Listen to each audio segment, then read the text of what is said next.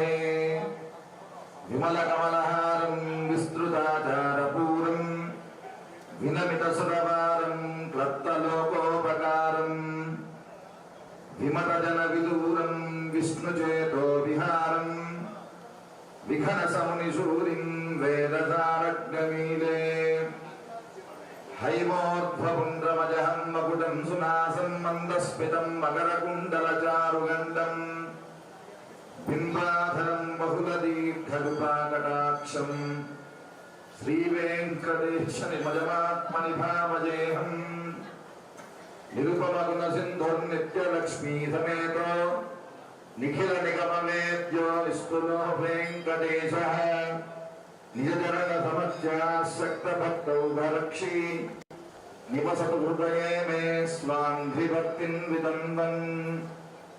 क्षीराम्भोनिधिरत्नमण्डपमहासौवर्णसिंहासने वामाङ्कस्थितया प्रसन्नवदनं श्रीकान्तजालिङ्गितं दोर्दण्डाङ्कितशङ्खपङ्कजगदा चक्रैरुदाराश्रियम् स्वामित्वं कलयन्ति जन्मविबुधाः लक्ष्मीशनारायण श्रीकेशवं करतलोद्धृतरङ्गपद्मं चन्द्रप्रभाविशदनिर्मलपाञ्चजन्यं मार्ताण्डकोटिरुचिरोज्ज्वलतीक्ष्णचक्रं वन्दे गदाधरमहं सुरवृन्दवन्द्यं सत्यज्ञानस्वरूपमबलं क्षीराब्धिमध्यस्थितं योगारूढमतिप्रसन्नवदनं भूषा सहस्रोज्ज्वलं त्र्यक्षं चक्रपिनाकसा अभयकरान् बिभ्राणमस्खच्छविं छत्रीभूतफणीन्द्रबिन्दुधवलं लक्ष्मीनृसिंहं भजे वैदेही सहितं सुरद्रुमतले हैमे महामण्डपे मध्ये पुष्पकमासने मणिमये वीरासने सुस्थितम् अग्रे वाचयति प्रपञ्चनसुते तत्त्वं मुनिभ्यः परम् व्याख्यान्तं भरतादिभिः परिकृतं रामं भजे श्यामलम् चन्द्राभं चरणारविन्दयुगलं कौपीनमौञ्जीयुतम् वादंसो निधरं दुकूलवसनं जग्मोपवीतादिनं हस्ताभ्यामवलम्बिताञ्जलिपुटं हारावलिं कुण्डले पश्चात्लं पशिखा प्रसन्नवदनं श्रीयाञ्जनेयं भजे कण्ठे हारं श्रवणपुटजो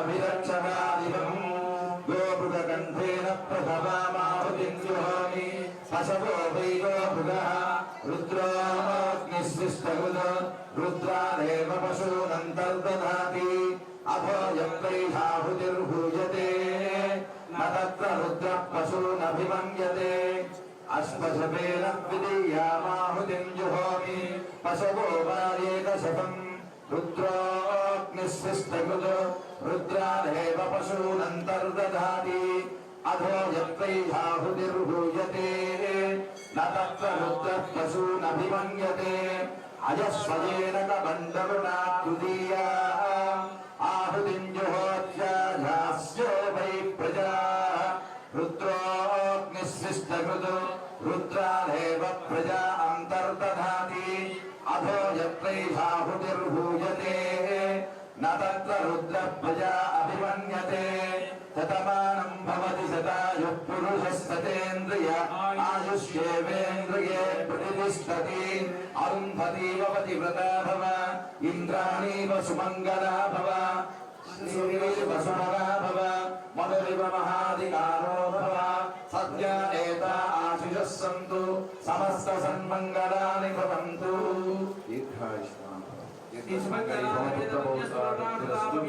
समस्तरासमेत मंजुस्वरूप विराट रूप श्री वीरांजनेय स्वामिनः परिपूर्ण कृपा कटाक्ष वीक्षणा फल सिद्धिरस्तु तथास्तु।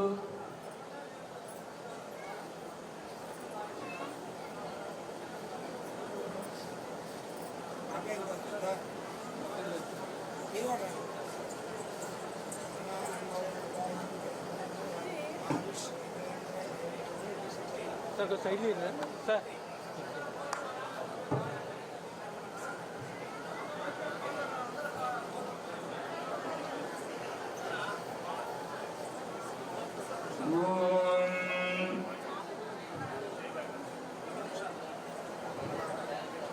సదేవ రక్తం సృజనం తదేవ తారాబలం చంద్రబలం తదేవ విద్యాబలం దేవబలం తదేవ లక్ష్మీపతే దిగ్రేగం స్మరామి సుముహూర్తే సావధాన సులగ్నే సావధాన లక్ష్మీనారాయణ ధ్యాన సావధాన కళ్యాణైక విలక్షణే మణిమయే కళ్యాణ సన్మంటపే కళ్యాణాంక సులక్షణాం నవవధూం కళ్యాణ రూపం వరం కళ్యాణాత్మకమాజితం ధర విభుః కళ్యాణ లక్ష్మీయుతః కళ్యాణం సతతం కరోతు భగవాన్ కళ్యాణ రాజీ విభుః సుముహూర్తే సావధాన సులగ్నే సావధాన లక్ష్మీనారాయణ ధ్యాన సావధాన సాంగోపాంగ పురాణ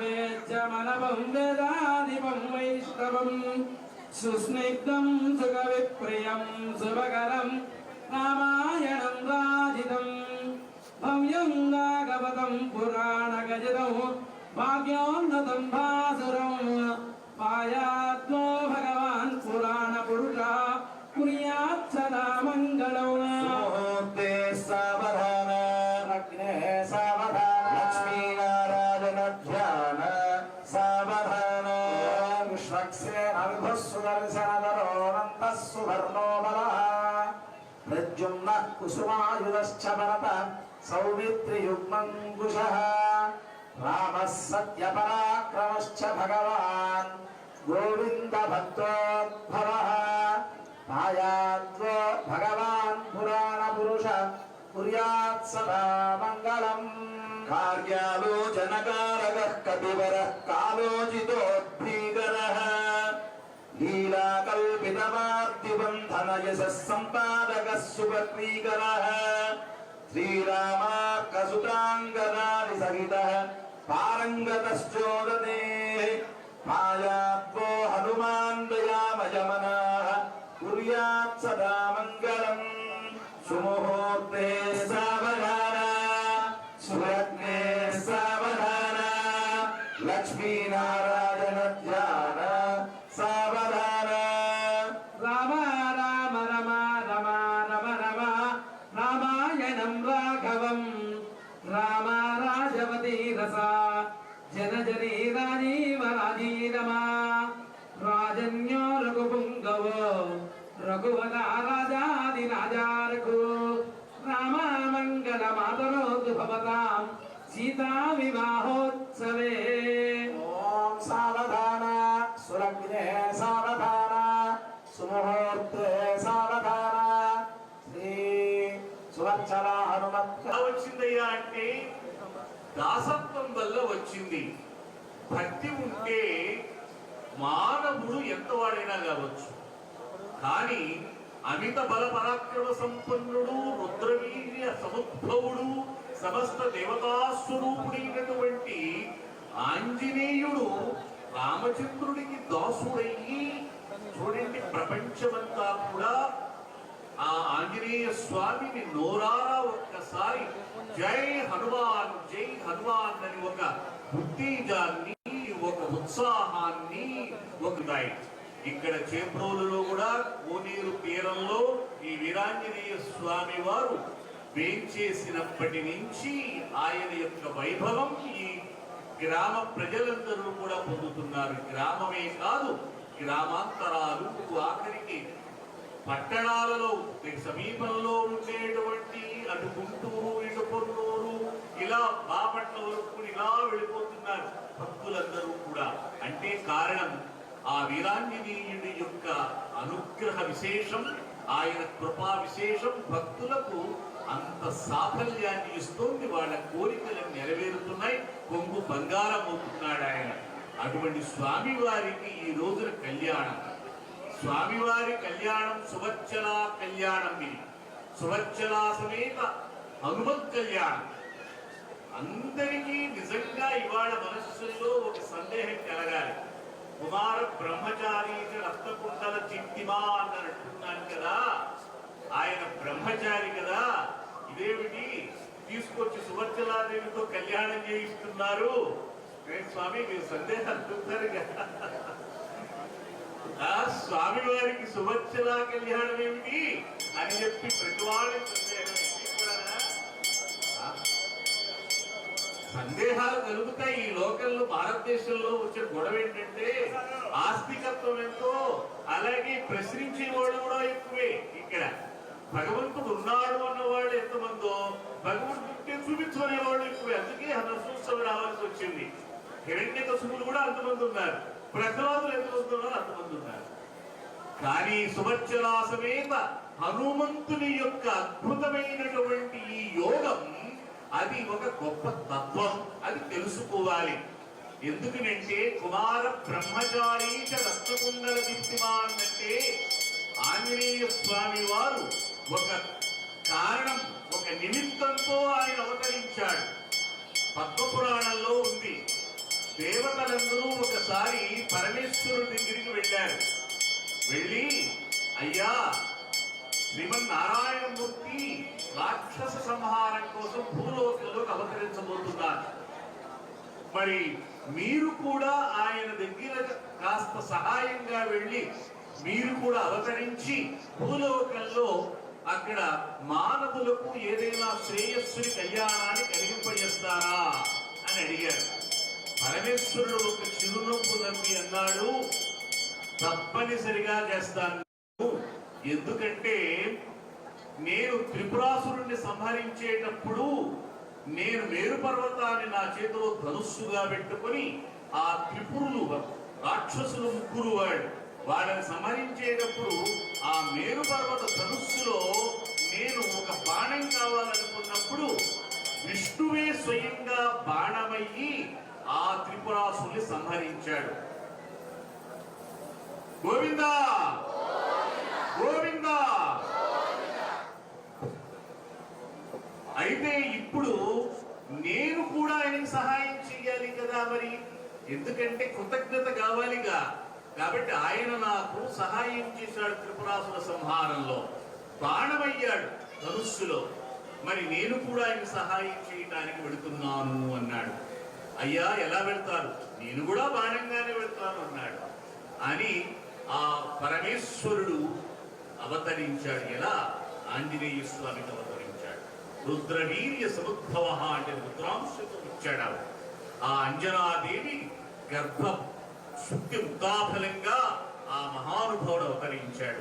అయితే రాముల వారికి ఆయన బాణంగా ఎలా అయ్యాడు అంటే, సుందరకాండలో సముద్రం దాటేటప్పుడు ఒక మాట అన్నాడు వానర వీరులతో, ఇదిగో నేను బయలుదేరుతున్నాను మహేంద్ర పర్వతం మీద నుంచి, ఒక్కసారి పుప్పించి ఎగురుతున్నాను ఆకాశంలోకి.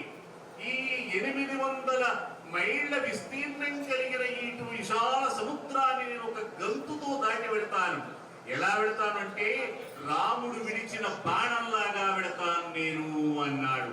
రాఘవేణ విముక్త శరహ ఇవా, రాముడు విడిచిన బాణంలాగా వెళ్తానన్నాడంటే నాదేమీ లేదు ఇక్కడ, రాముడు యొక్క గొప్పతనమే ఉంది ఇక్కడ. రాముడు నన్ను పంపిస్తే వెళుతున్నానే అన్నాడు. కాబట్టి రాముడు విడిచిన బాణంలాగా హనుమంతుడు విజృంభించాడు.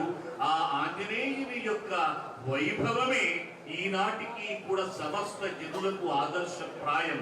అదేమిటి అంటే భక్తి. భక్తి ఉన్న చోట శక్తి ఉంటుంది.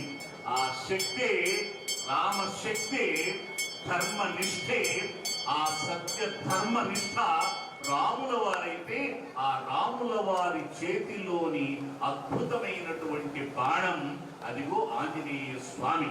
ఆ ఆంజనేయ స్వామి వారికి బ్రహ్మచర్యం వహిస్తూ ఎప్పుడూ రామతారక మంత్రంతో ఉండే ఆయనకి ఈ సువర్చలాదేవితో కళ్యాణం ఏమిటి అని చాలా మందికి మనస్సులో సందేహాలు. కానీ సువర్చలాదేవితో కళ్యాణం జరిపించడం ఒకటి ఆగమ శాస్త్రంతో సంబంధించినటువంటిది. ఏ దేవతామూర్తికైనా ఉత్సవాలు చేయాలి అంటే కళ్యాణం చెయ్యాలి, కళ్యాణోత్సవం చెయ్యాలి. అలాగే ఆంజనేయ స్వామి వారికి కూడా కళ్యాణం. వికనస మహర్షి ఉన్నారు, ఆయనకి సూత్రవతి అనేటువంటి ఆవిడతో మరి సంబంధం, అంటే సూత్రవతి సమేతం అంటున్నాం. కాబట్టి వైఖానస ఆగమంగా ఏ ఆగమ శాస్త్రమైనా కళ్యాణం చెయ్యాలి. అందుకని ఆంజనేయ స్వామి వారికి కూడా సువచ్చలా సమేతమైన ఆంజనేయ కళ్యాణాన్ని జరిపిస్తూ ఉన్నారు.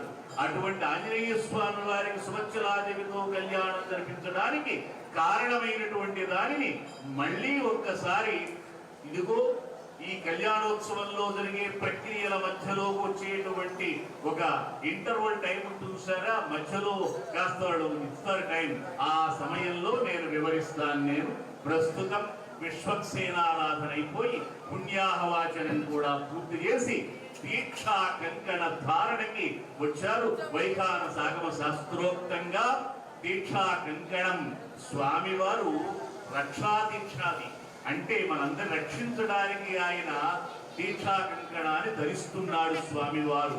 అది మొన్న శ్రీనివాస కళ్యాణంలో చెప్పాను. రక్షిత జీవలోకస్య స్వజనస్య చ రక్షిత, రక్షిత స్వస్య లోకస్య ధర్మస్య చ పరంతపః. కాబట్టి భగవత్ తత్వం ఏమిటి అంటే రక్షకత్వం. అదే ఆంజనేయ స్వామి యొక్క భగవత్ తత్వం. ఆయన మనందరిని రక్షించడానికే దీక్షా కంకణ ధారణ చేస్తున్నాడు. స్వస్తి సూక్తంతో దీక్షా కంకణాన్ని ధరింపజేసి నీరాజనాన్ని సమర్పిస్తూ ఉన్నారు. ఒక్కసారి మనందరం కూడా స్వామి వారిని తలుచుకుందాం. గోవిందా గోవిందా గోవిందా.